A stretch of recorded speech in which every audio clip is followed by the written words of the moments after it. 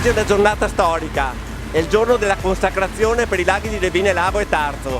Con i campionati di canoa quel salto di qualità che tutti auspicavano è stato fatto. Adesso il turismo non soltanto dei luoghi ma anche sportivo è una realtà.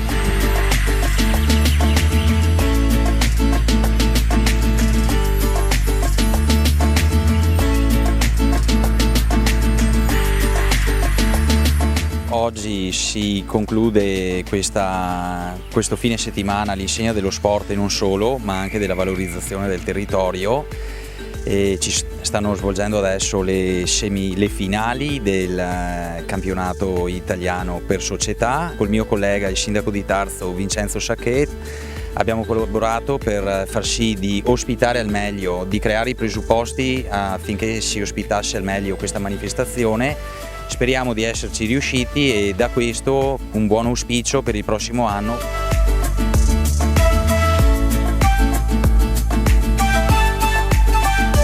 Perché avete scelto la canoa? Un grande sport, fatica e determinazione comunque, è uno sport in cui ci vuole molta disciplina. Il riscaldamento nella canoa è fondamentale. Sì, è molto importante.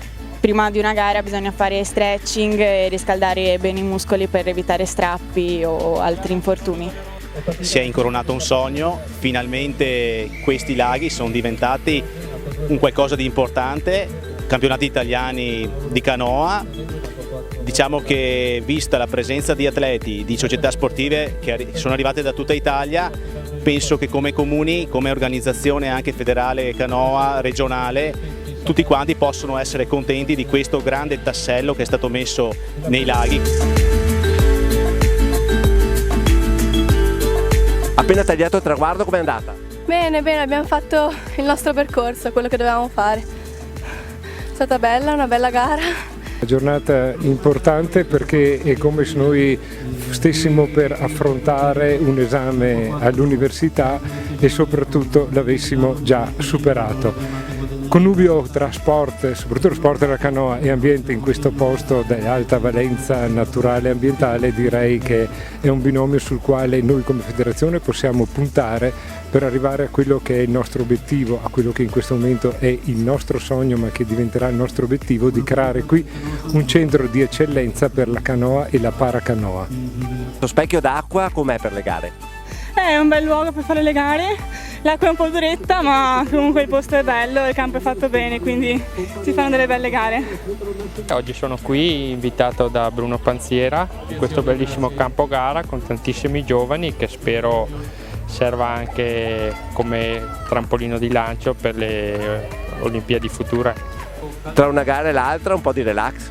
Sì, un po' di relax anche perché fa tanto caldo qua e quindi ci rilassiamo un attimo e poi riprendiamo.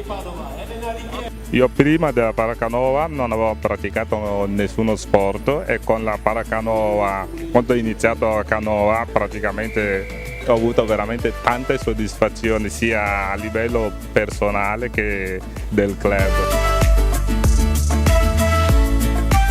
Unità cinofila vuol dire cane e proprietario che lavorano in simbiosi e quindi al grido di aiuto cane e proprietario devono andare e devono saper collaborare e cooperare per tirare in salvo la persona in difficoltà, il pericolante in questo caso.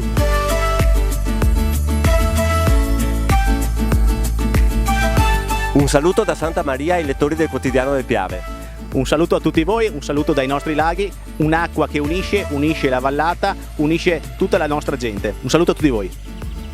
Un saluto a tutti voi, viva l'acqua, viva lo sport, viva la canoa, viva i nostri laghi.